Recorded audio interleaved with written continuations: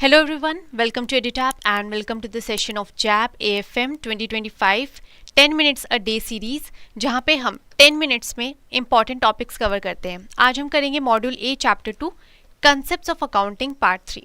Part 1 and part 2 हम already discuss कर चुके हैं। अगर आपने नहीं देखा है तो पहले जाके पार्ट 1 एंड पार्ट 2 कंप्लीट करेंगे और फिर स्टार्ट करेंगे पार्ट 3। तो आज हम पढ़ेंगे मैचिंग कंसेप्ट। मैचिंग कंसेप्ट हमें कहता है calculating the amount of profit और loss incurred during a particular period. अगर हमें किसी पर्टिकुलर पीरियड का प्रॉफिट या लॉस कैलकुलेट करना है तो हमें क्या डिडक्ट करना पड़ेगा? सिर्फ वो ही expenses, only the expenses which were done to generate that revenue during that period. सिर्फ वो ही एक्सपेंसेस हमें डिडक्ट करने हैं जो उस पर्टिकुलर पीरियड में रेवेन्यू जनरेट करने के लिए हमने खर्च किए हैं। इसको और अच्छे से समझते हैं एग्जाम्पल के थ्रू। यहाँ हमें एक एग्जाम्पल गिवन है, यहाँ पे हमें डेट्स गिवन है और क्या हमने ट्रांजैक्शंस की हैं। तो यहाँ पे एक चीज़ आपको ध्यान रखनी है कि ये जो अकाउंटिंग पीरियड है वो जनवरी 2020 से शुरू हो रहा है और दिसंबर 2020 पे ख़त्म हो रहा है, राइट। तो हमने क्या किया है, हमने परचेज की है 20 कार्स फॉर ₹1 लाख ईच और हमने रेंट पे किया है एडवांस में फॉर नेक्स्ट 12 मंथ्स ₹12 लाख। ठीक है, ये हो गई जुलाई 2020 की बात।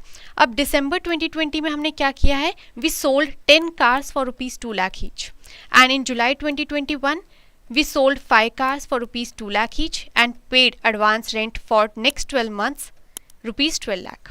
तो ये हमारे पास सारे ट्रांजैक्शंस की हिस्ट्री है। अब हमें क्या कैलकुलेट करना है, प्रॉफिट एंड लॉस। पर अब मैं कहूँ आपसे कि यहाँ पे जो आप प्रॉफिट एंड लॉस कैलकुलेट करेंगे उसमें आपको मैचिंग कंसेप्ट फॉलो नहीं करना, नॉर्मली आप कीजिए। तो क्या इफेक्ट आएगा प्रॉफिट एंड लॉस पे, ये हम देखते हैं। तो अगर हम नॉर्मली कैलकुलेट कर रहे हैं तो एक्सपेंस जब हम लिखेंगे तो क्या लिखेंगे कि हमने 20 कार खरीदी थी भाई, तो एक कार 1 लाख की थी तो ये हो गए 20 लाख और 12 महीने का एडवांस रेंट पे किया था तो 12 लाख, तो हमारा टोटल एक्सपेंस तो 32 लाख हो गया। रेवेन्यू की अगर हम बात करें तो 10 कार्स इंटू 2 लाख कब हमने सोल्ड की थी, दिसंबर 2020 में, तो 20 लाख हो गए ये 20 लाख हमारा रेवेन्यू हो गया। अब लॉस हमें हो रहा है यहाँ पे, कैसे? क्योंकि जो हमारा रेवेन्यू है वो तो 20 लाख है और जो एक्सपेंस हम दिखा रहे हैं वो 32 लाख है, तो लॉस हो गया हमें यहाँ पे 12 लाख का। ये तब है जब हम कोई भी अकाउंटिंग कंसेप्ट फॉलो नहीं कर रहे हैं।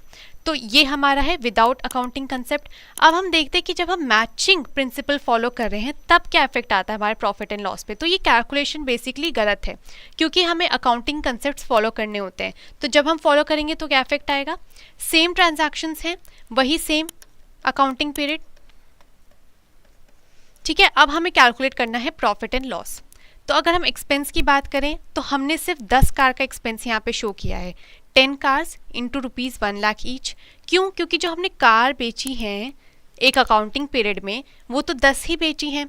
तो हमें मैचिंग प्रिंसिपल क्या कह रहा है कि भाई उतना ही एक्सपेंस डिडक्ट करो जितना आपने सेल जनरेट करने के लिए खर्चा किया है। तो 10 कार हमने बेची, इस 10 कार पे हमने खर्चा कितना किया है, क्या 20 लाख किया है? नहीं, वो तो 20 कार के लिए किया है। 10 कार के लिए हमने 10 लाख खर्चे हैं बिकॉज 10 इंटू 1 कार हमने कितने की खरीदी थी, 1 लाख।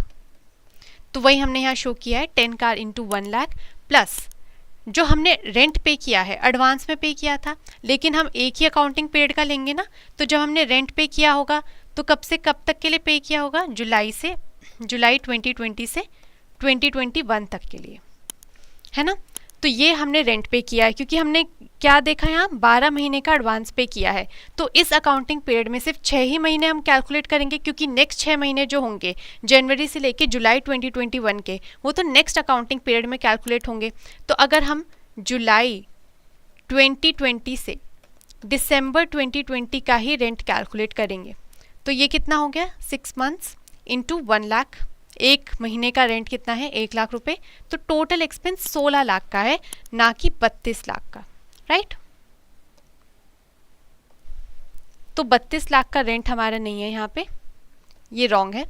तो पहले मिस्टेक ये की थी हमने। अब रेवेन्यू सेम रहेगा, 10 कार्स हमने बेची थी फॉर ₹2 लाख ईच, तो रेवेन्यू इज 20 लाख। तो प्रॉफिट एंड लॉस पे क्या इफेक्ट आया, यहाँ पे हमने देखा था कि हमने लॉस कैलकुलेट कर लिया था जब हमने अकाउंटिंग प्रिंसिपल फॉलो नहीं किया। तो यहाँ पे लॉस दिखा रहा था 12 लाख का, लेकिन अब हमें प्रॉफिट शो हो रहा है 4 लाख रुपीज़ का। क्योंकि यहाँ पे हमने अकाउंटिंग प्रिंसिपल फॉलो किया है। तो जब हम अकाउंटिंग प्रिंसिपल्स फॉलो करते हैं ना, तो यही फ़र्क होता है। अगर हम नहीं फॉलो कर रहे तो हमें ट्रू फाइनेंशियल पोजीशन समझ नहीं आती, जबकि यहाँ पे जब हमने फॉलो नहीं किया तो हमें लॉस दिखा रहा था, और जब हमने फॉलो किया तो हमें प्रॉफिट दिखा रहा है। इट मीन्स फाइनेंशियल पोजीशन में कितना डिफरेंस आ गया जब हमने अकाउंटिंग स्टैंडर्ड फॉलो किए। तो basically these concepts and principles show the real financial position of any company. Now revenue recognition और मैचिंग में अब डिफरेंस क्या है, जो हमने लास्ट क्लास में पढ़ा था। रेवेन्यू रिकॉग्निशन कंसेप्ट कहता है revenue is realised as soon as the right to receive it arises. Revenue तभी रियलाइज होगा जब हमारा एक हक बन जाएगा कि अब हम कस्टमर से जाके पैसे मांग सकते हैं।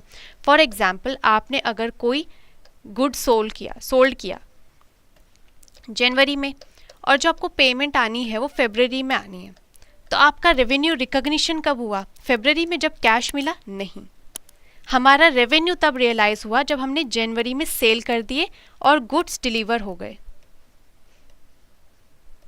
ठीक है। So for calculation of profit and loss, revenue is realised in an accounting period is used to calculate profit और लॉस। जो भी एक अकाउंटिंग पीरियड में हमने रेवेन्यू रियलाइज किया है उतना ही यूज करना है हमें कैलकुलेशन के लिए। एंड मैचिंग कंसेप्ट क्या कहता है? ये एक्सपेंसेस की बात कर रहा है। वो कह रहा है कि एक्सपेंस तभी रिकॉग्नाइज होते हैं जब हमारा ऑब्लिगेशन बन जाता है पे करने का। तो जब हमने इस एग्जाम्पल में देखा, जब हमारी सेल हुई तभी हमने एक्सपेंस क्या है रियलाइज किए, तब हमें पे करने हैं basically. So calculation of profit and loss यहाँ पे क्या होगी? Only those expenses incurred to earn revenue in an accounting period are used to calculate profit or loss। जितनी सेल करने के लिए हमने जितना खर्चा किया है एक पर्टिकुलर अकाउंटिंग पीरियड में, उतना ही हम डिडक्ट करेंगे, उससे एक्स्ट्रा डिडक्ट नहीं करेंगे, क्योंकि तब हमें क्या है ट्रू फाइनेंशियल पोजीशन समझ नहीं आएगी। वो हो सकता है प्रॉफिट हो रहा हो पर लॉस दिखाए अगर हमने नहीं फॉलो किया तो ये चीज़ें हमें ध्यान में रखनी है while calculating profit and loss during a particular accounting period. So that's all for today, and thank you so much for attending this session.